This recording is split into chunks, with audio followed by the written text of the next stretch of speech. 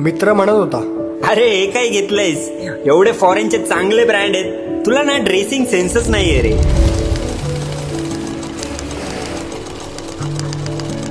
मी त्याला म्हणालो, तुला नाही समजणार. हे घेताना सुद्धा मित्र म्हणत होता. अबे हा जमाना गेला आता. आता प्राडा नायकीचा जमाना आहे.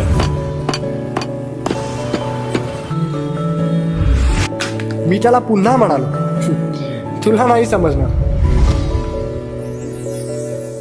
यावेळी तर तो ओरडलाच.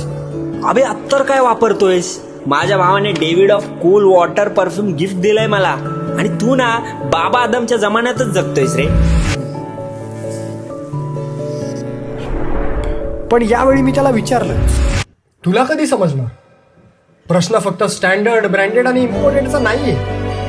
प्रश्न आपलेपणाचा आहे, प्रश्न आपल्या माणसांचा आहे, प्रश्न आपल्या देशाचा आहे. आपला पैसा आपल्या माणसांच्याच कामी आला पाहिजे, आपल्या देशाच्याच कामी आला पाहिजे. आणि हे ब्रँडेड म्हणजे नेमकं काय? भारतातले भारतीय ब्रँड्स नाही आहेत का? अख्खं जग भारताला फॉलो करतंय आणि आपण उगाच त्या बाहेरच्या गोष्टींकडे धावतोय.